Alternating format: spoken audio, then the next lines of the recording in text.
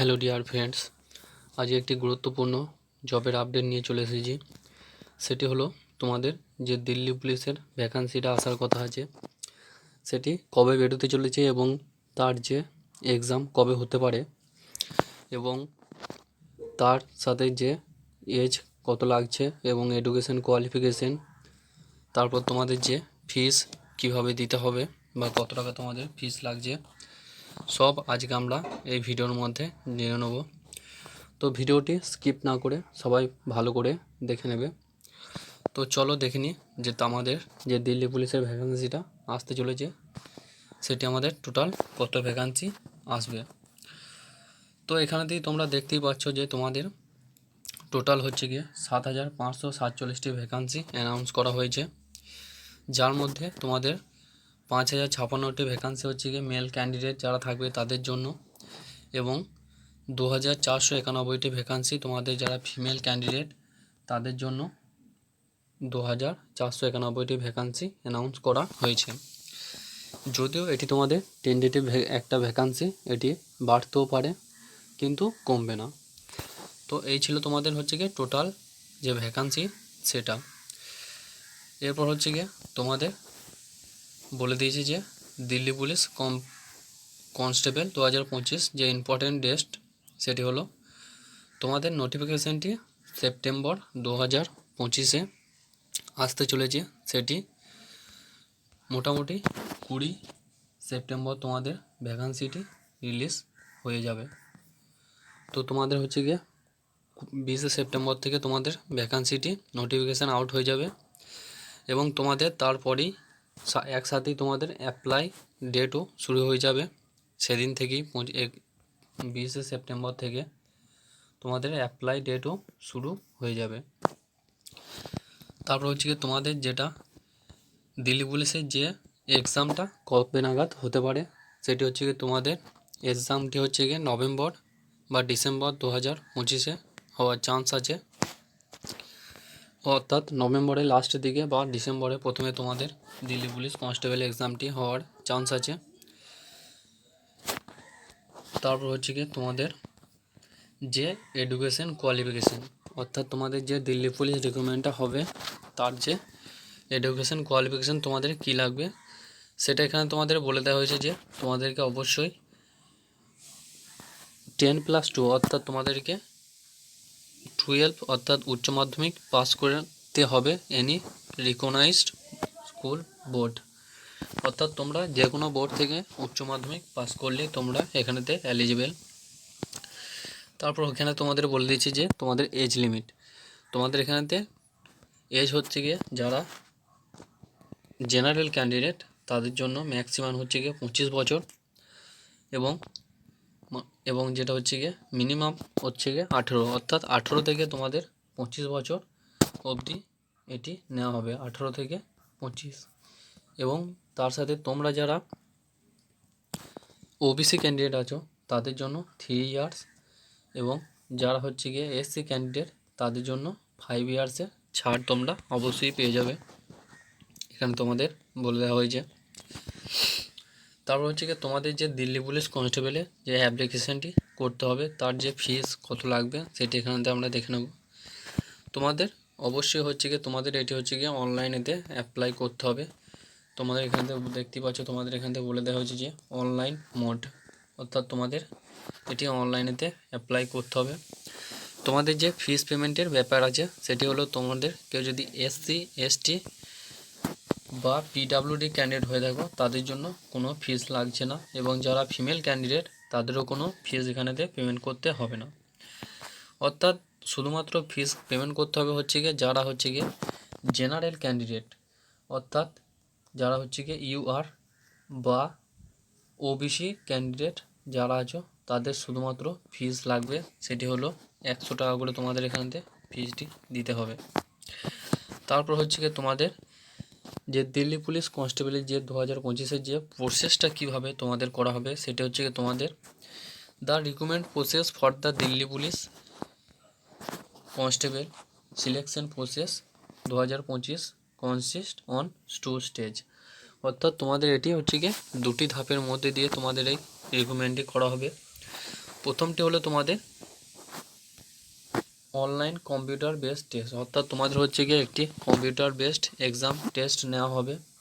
2 নম্বর হচ্ছে গিয়ে তোমাদের ফিজিক্যাল স্টেট টেস্ট বা মেজারমেন্ট স্টেট, অর্থাৎ তোমাদের একটি শারীরিক স্টেট টেস্ট নেওয়া হবে। এই দুটি ধাপের মধ্যে তোমাদের এটি করানো হবে। তারপর বলছে দিল্লি কনস্টেবল যে সিলেকশন প্রসেস 2025-এ যে এক্সামটা, সেটি হচ্ছে গিয়ে তোমাদের টোটাল হচ্ছে গিয়ে কম্পিউটার বেস হচ্ছে গিয়ে তোমাদের 100 মার্কস এর এক্সাম হবে। তোমরা এখানেতে কোয়ালিফাই করলে তোমরা ফিজিক্যালের জন্য ডাক পেয়ে যাবে। ফিজিক্যালে শুধুমাত্র তোমাদের হচ্ছে গিয়ে কোয়ালিফাই করতে পারলেই হবে। এবং তোমাদের যে ফিজিক্যালে যেটা লাগবে তোমাদের হচ্ছে গিয়ে যারা মেল ক্যান্ডিডেট তাদেরকে অবশ্যই 170 সেন্টিমিটার হাইট হতে হবে।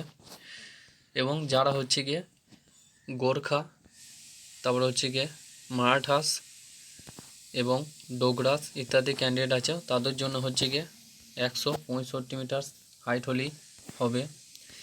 এবং তোমরা যারা মেল ক্যান্ডিডেট আছো তাদের হচ্ছে গিয়ে চেস্ট, সেটি হচ্ছে গিয়ে তোমাদের 81 থেকে 85, অর্থাৎ তোমাদের হচ্ছে গিয়ে 4 সেন্টিমিটার ফোলাতে পারলেই হবে। এবং যারা হচ্ছে গিয়ে গোর্খা, ডোগরা ইত্যাদি আছে তাদের জন্য 5 সেন্টিমিটার এখানেতে ছাড় আছে। এবং কেউ যদি এসটি ক্যান্ডিডেট হয়ে থাকো তার জন্য এখানেতে বলে দেওয়া হয়েছে যে ছাড় দেওয়া হবে, এখানে তোমাদের দিয়ে দেওয়া হয়েছে যারা এসটি ক্যান্ডিডেট তাদের জন্য। তারপর হচ্ছে গিয়ে তোমাদের যারা ফিমেল আছো তাদের হচ্ছে গিয়ে যারা জেনারেল ক্যান্ডিডেট বা হচ্ছে গিয়ে এমনি ক্যান্ডিডেট তাদের জন্য হচ্ছে গিয়ে 170 সেন্টিমিটার হাইট হলেই হবে, তাদের কোনো চেস্টের কোনো ব্যাপার নেই। তারপর হচ্ছে গিয়ে তোমরা যারা হচ্ছে গিয়ে গোর্খা, তারপর হচ্ছে গিয়ে ডোগরাস, মারাঠাস ইত্যাদি ক্যান্ডিডেট আছো তাদের জন্য 155 সেন্টিমিটার হাইট হলেই যথেষ্ট। এটি ছিল তোমাদের হাইটের প্রসেস। এবং তোমাদের হচ্ছে গিয়ে যে ফিজিক্যালটা নেওয়া হবে সেটি হচ্ছে গিয়ে তোমাদের হচ্ছে গিয়ে একটি 1600 মিটার রান দেওয়া হবে। যারা যারা মেল ক্যান্ডিডেট আছো তাদের জন্য হচ্ছে গিয়ে 6 মিনিটের মধ্যে তোমাদের হচ্ছে গিয়ে 1600 মিটার কমপ্লিট করতে হবে। এখানে তোমাদের বলে দেওয়া হয়েছে যে 6 মিনিটের মধ্যে তোমাদেরকে 1600 মিটার কমপ্লিট করতে হবে। এবং লং জাম্প, অর্থাৎ তোমাদের একটি লং জাম্প মারতে হবে 14 ফুট, এবং হাই জাম্প হচ্ছে গিয়ে 3.9 সেন্টিমিটার তোমাদের হচ্ছে গিয়ে হাই জাম্প মারতে হবে। এটা হচ্ছে গিয়ে আপ টু যারা 30 ইয়ার্স, অর্থাৎ 30 ইয়ারের এই দিকে যারা আছো, অর্থাৎ 18 থেকে 25 যারা ক্যান্ডিডেট তাদের জন্য। এবং 30 থেকে 40 বছর যারা আছো তাদের জন্য 7 মিনিটের মধ্যে মারটি করতে পারলেই হবে। এবং তাদের 13 ফিট মারতে হবে এবং 3.6 সেন্টিমিটার হাই জাম্প মারতে হবে। তারপরে বলে দিয়েছে যারা 40 ইয়ার্স তাদের জন্য হচ্ছে গিয়ে 8 মিনিটের মধ্যে মারটি কমপ্লিট করতে হবে এবং 12 ফিট হচ্ছে গিয়ে লং জাম্প এবং 3.3 মিটার হচ্ছে গিয়ে হাই জাম্প মারতে হবে।